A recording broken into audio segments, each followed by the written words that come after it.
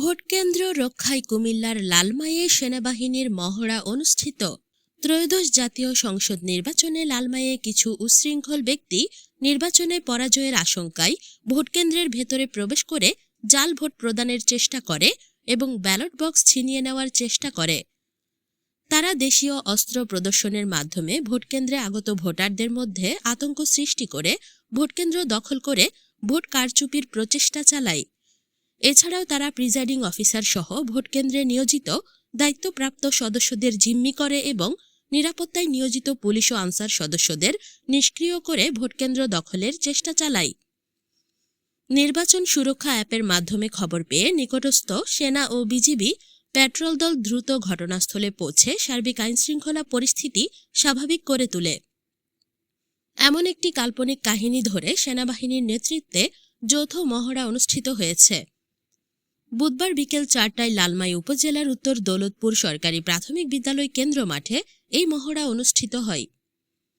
লালমাই উপজেলা সেনা ক্যাম্প থেকে পাঠানো প্রেস রিলিজে জানানো হয়, আসন্ন জাতীয় নির্বাচন উপলক্ষে সার্বিক আইনশৃঙ্খলা পরিস্থিতি বজায় রাখা এবং একটি অবাধ, সুষ্ঠু, শান্তিপূর্ণ ও গ্রহণযোগ্য নির্বাচন নিশ্চিত করার লক্ষ্যে বাংলাদেশ সেনাবাহিনীর 33 পদাতিক ডিভিশনের অধীন 5 সিগন্যাল ব্যাটালিয়ন 4টি উপজেলায় সেনা ক্যাম্প স্থাপন করে নিরবচ্ছিন্ন নিরাপত্তা কার্যক্রম পরিচালনা করছে।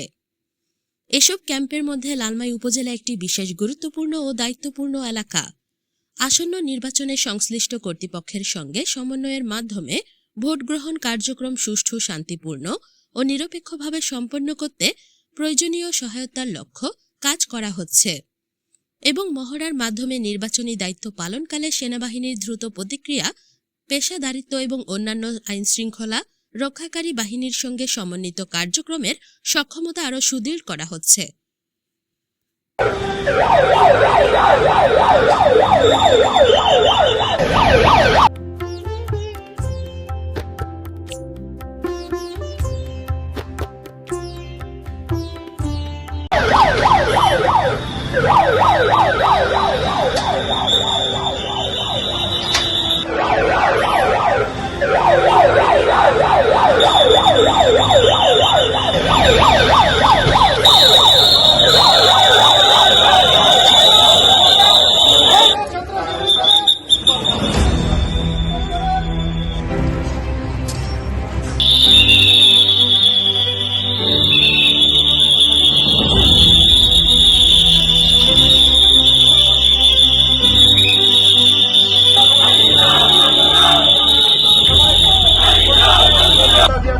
আমাদের সঙ্গে এই বিষয়ে আলোচনা করুন।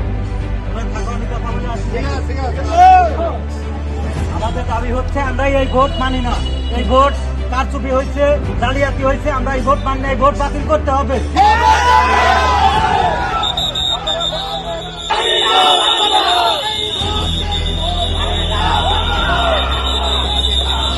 আপনারা এরকম উচ্ছৃঙ্খল পরিবেশ সৃষ্টি করলে আমরা কিন্তু বল প্রয়োগ করতে বাধ্য হব।